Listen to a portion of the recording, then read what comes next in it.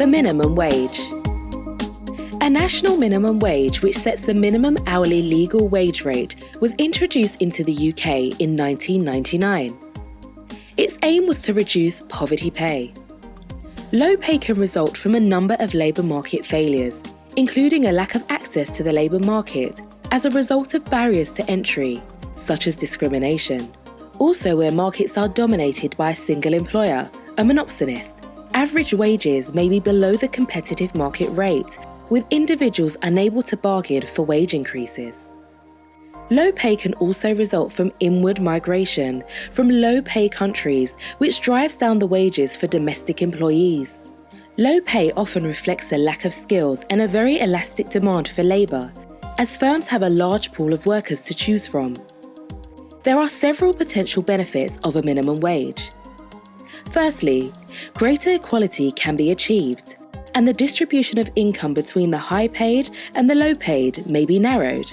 Poverty may be reduced as the low-paid gain more income, and the unemployed may be encouraged to join the labour market.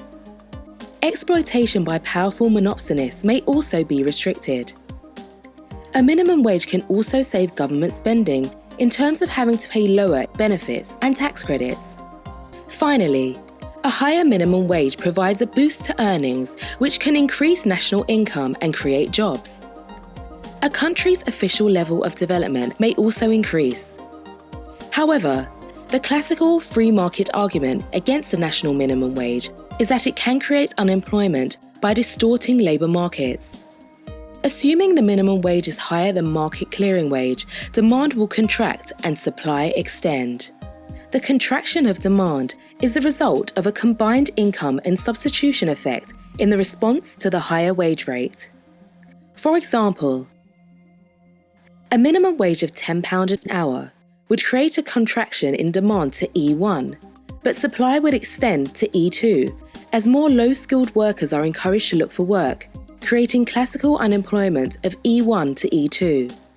In addition, critics argue that a higher minimum wage can cause price inflation as firms pass on the higher wages in higher prices. The competitiveness of goods abroad can also suffer compared with low-wage economies, such as China and India. This can worsen the balance of payments.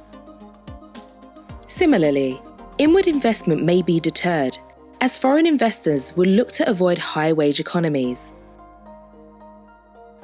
The labour market may also become inflexible in response to changes in the rest of the economy. Finally, workers and employers may be driven into the unofficial labour market.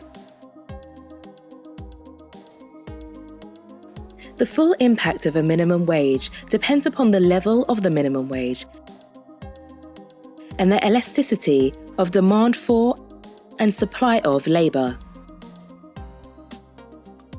By 2015, the adult rate had risen to £6.70 per hour, and the rate for 18 to 21-year-olds to £5.30. In recent years, the idea of a voluntary living wage has received wide support from politicians and employers. To see more videos, go to www.economicsonline.co.uk.